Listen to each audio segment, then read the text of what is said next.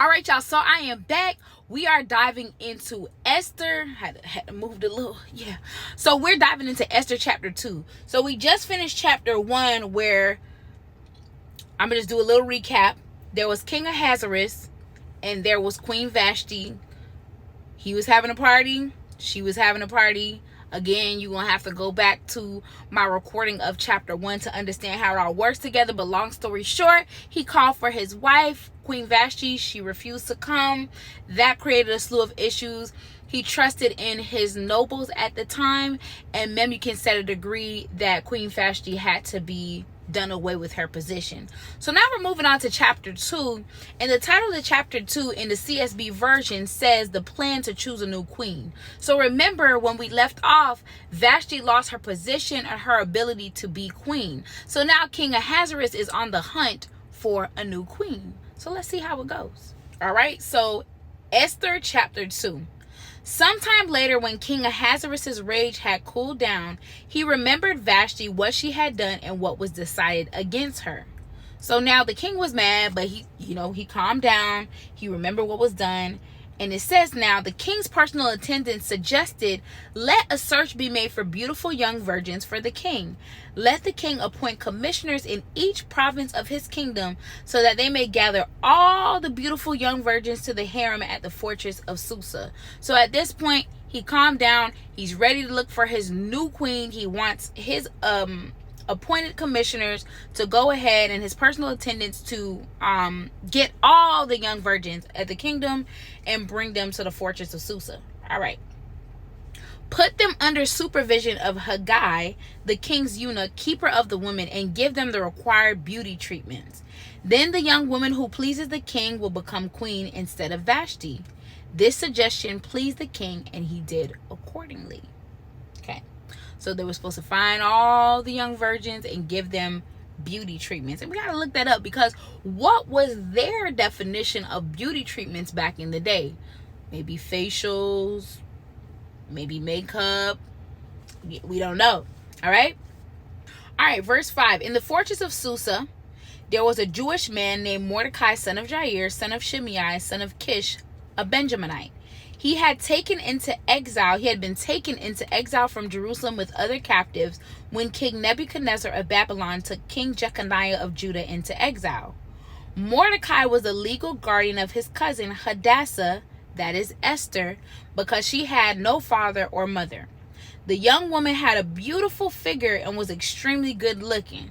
Translation: Esther was a baddie, okay? She was a baddie. Seemed like she was an orphan. She was being raised by her cousin. His name was Mordecai. And they said she had a good figure, so she had body, okay? And she was extremely good looking. So it says, when her father and mother died, Mordecai had adopted her as his own daughter. So her cousin took her in and had been caring for her since she had no mother and father. So here's our beautiful entrance of Miss Esther. All right? Verse 8. When the king's command and edict became public knowledge, and when many young women were gathered at the fortress of Susa under Haggai's supervision, Esther was taken to the palace into the supervision of Haggai, keeper of the women. The young woman pleased him and gained his favor, so that he accelerated the process of the beauty treatments and the special diet that she received. Hold up. What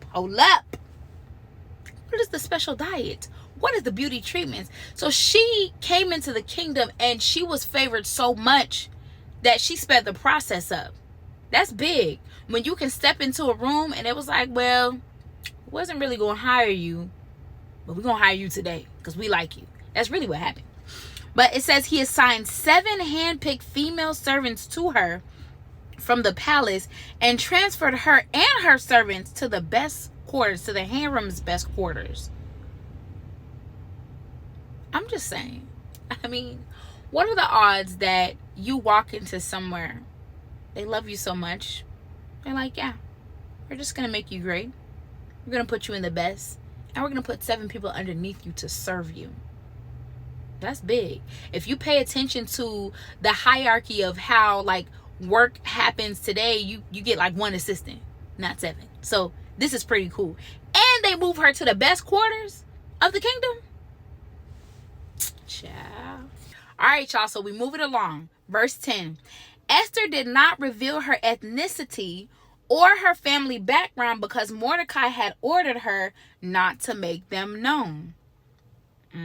Something fishy's going on.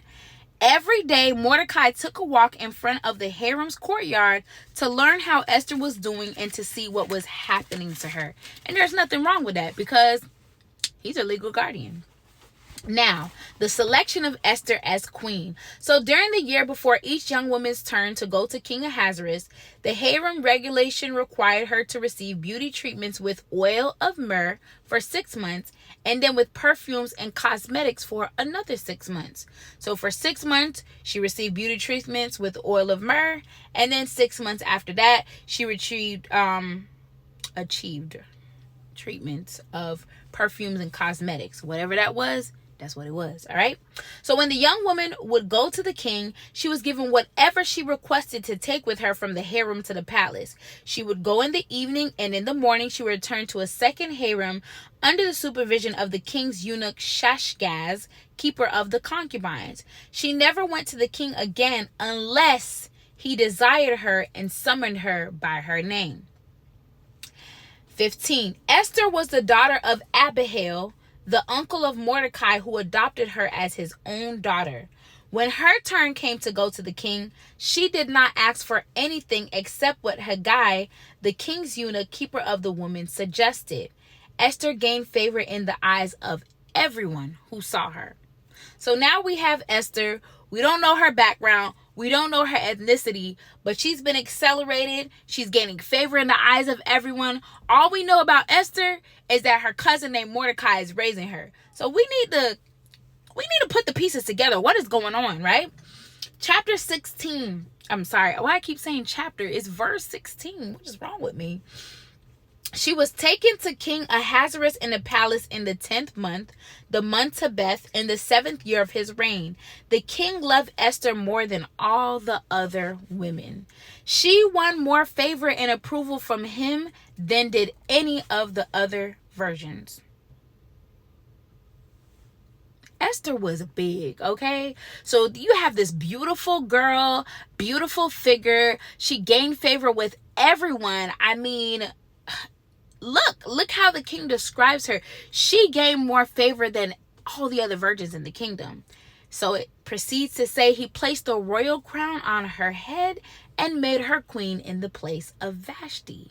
So now we went from Queen Vashti to Queen Esther. All right, moving on. Verse 18. The king held a great banquet for all his officials and staff. It was Esther's banquet. He freed his provinces from tax payments and gave gifts worthy of the king's bounty. When the virgins were gathered a second time, Mordecai was sitting at the king's gate. Still, verse 20 says, Esther had not revealed her family background or her ethnicity as Mordecai had directed. She obeyed Mordecai's orders as she always had while he raised her. This is the second time it's coming up that Esther hasn't revealed her family background or ethnicity. Again, something is going on. But let's finish chapter 2. It says Mordecai's action to save the king's life. During those days, while Mordecai was sitting at the king's gate, Bigthan and Teresh, two of the king's eunuchs who guarded the entrance, became infuriated and planned to assassinate King Ahasuerus. When Mordecai learned of the plot, he reported it to Queen Esther, and she told the king on Mordecai's behalf. When the report was investigated and verified, both men were hanged on the gallows. This event was recorded in the historical record in the king's presence. So in chapter 2, basically what happens is we find out about this girl named Esther who's being raised by her cousin Mordecai because her mother and father are dead. But twice in this chapter, it pretty much reveals that her family background or her ethnicity hasn't been revealed because Mordecai, who raised her, directed her not to say anything. But she's the queen now. So does that have any standing on her as a queen? I guess we just have to keep reading to find out. All right, guys, it's time to run it back with a little bit of history. The beauty treatments surely aroused interest, and archaeological discoveries during recent decades have shed light on this process. Cosmetic burners dating to this period have helped to explain the ancient beautification process. These burners had 4 stumpy legs on which rested a carved-out bowl. One such burner had 4 respective spices mentioned in the Bible inscribed on each of the sides, much as apothecary labels. These perfume spices included oil of roses, sandalwood, the essence of the mimosa tree, musk, and oil of cloves. The spices seem to be chosen not only for scent, but also to act as repellent to insects and to serve therapeutic purposes. Even after centuries, the burners had evidence of fragrant resinous substances clinging to their shallow basins. The process itself seems to have taken place in the floor of a tent over a small hole with a fire of charcoal into which these various spices were thrown. A woman would shed her inner garments and allow a large robe to fall as a mantle from her shoulders as she crouched over the fumes under the tent. Her natural perspiration flowed freely so that the oils from the perfumes were absorbed by her skin. And this says it was a very effective process. So, a little history about Abihail, because that was mentioned as Esther's father. He's mentioned twice, and this name is also a woman's name in the Old Testament. So that comes up in 1 Chronicles 2 verse 29 and 2 Chronicles 11 verse 18. So it's not to be confused with the other Abihail. So Abihail is both Esther's father's name and it's a woman's name in the Bible as well. 2 verse 16 mentions the 10th month Tebeth, the Babylonian month corresponding to the period of December through January in the modern calendar, would have been during the 7th year of his, which is King Ahasuerus' reign, and thus 4 years after the removal of Vashti. Okay, so it looks like it took him about 4 years before Esther actually became queen. 2 verse 17 talks about Esther seeming to have earned unanimous favor and acceptance because of her physical beauty and her personal charm, which combined poise, elegance, and interpersonal skills befitting a queen, and undoubtedly endeared her to the king.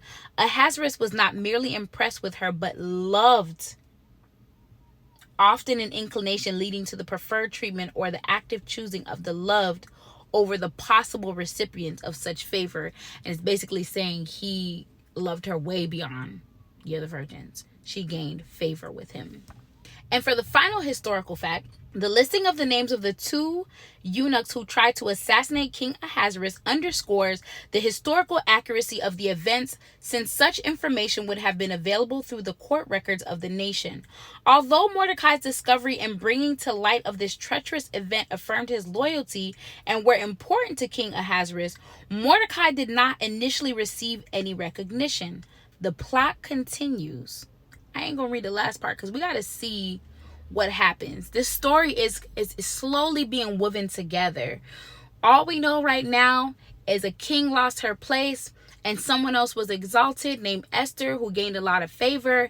And the last final piece that we fall off on is there's Mordecai, which is her cousin, who ends up reporting about 2 eunuchs who tried to assassinate him, and his life is spared. So that's what we know. And just a friendly reminder, I am just reading the word of the Lord as it is in my Bible. I definitely do recommend that you go back and read the word for yourself. Make sure you have your own clear understanding and that you get it. But I'm excited to get into chapter 3 because I'm trying to figure out why they keep hiding this girl's ethnicity and background. That's a little sketchy, but you have to stay tuned and come on in for part 3. Let's get it.